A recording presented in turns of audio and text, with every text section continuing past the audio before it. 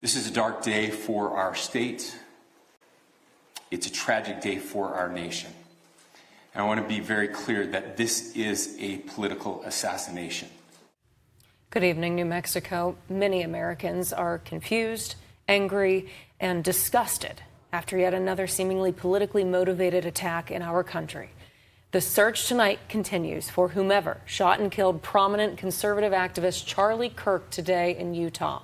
With just one shot from at least 200 yards away, the shooter killed the 31-year-old as he spoke at the first stop of his American comeback tour at Utah Valley University.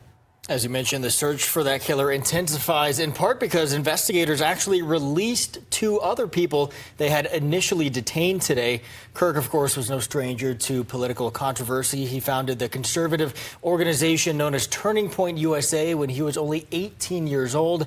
Many people who disagreed with his political views protested his appearances on college campuses, including at UNM. But Kirk never backed down from a political debate, which is how we're supposed to settle philosophical differences.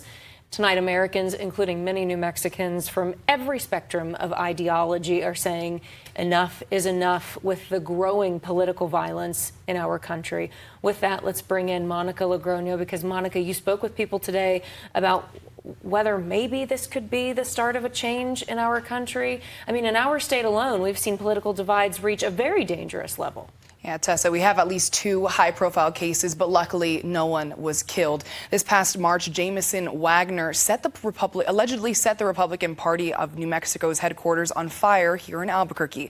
No one was hurt, but the entryway of the building was damaged. But back in 2022 and 2023, Solomon Pena carried out a plot to shoot up 4 Democratic New Mexico lawmakers' homes after he lost a bid for a state house seat. Last month, a federal judge sentenced him to 80 years in prison. There have been several incidents of political violence just in the past year nationwide. Of course, we have the 2 assassination attempts on President Trump. One shooter narrowly missed shooting the president in the head at an outside rally in Pennsylvania. He did hurt his ear, and a spectator was killed along with the suspect. A few months later, a man attempted to attack President Trump in Florida, but Secret Service stopped him. And then this past summer, Democratic Minnesota State Representative Melissa Hortman and her husband Mark were killed in their home. State Senator John Hoffman and his wife were also shot and hurt. And in Pennsylvania, a man attempted to kill Democratic Governor Josh Shapiro and his family by setting their home on fire. Of course, the largest instance of political violence in modern U.S. history is the January 6th attack on our U.S. Capitol. New Mexicans I spoke to today are tired of the violence, and they're just wondering how we can get on a different path.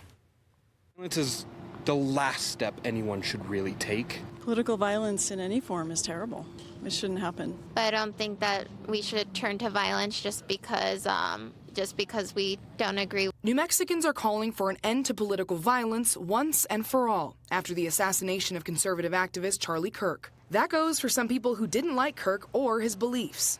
I think he's a racist and a misogynist, and no, I've never really liked the guy, but he is entitled to have his free speech.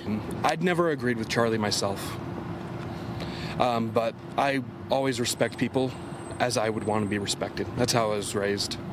And just seeing people not give the person the respect that they deserve just on the basic human decency.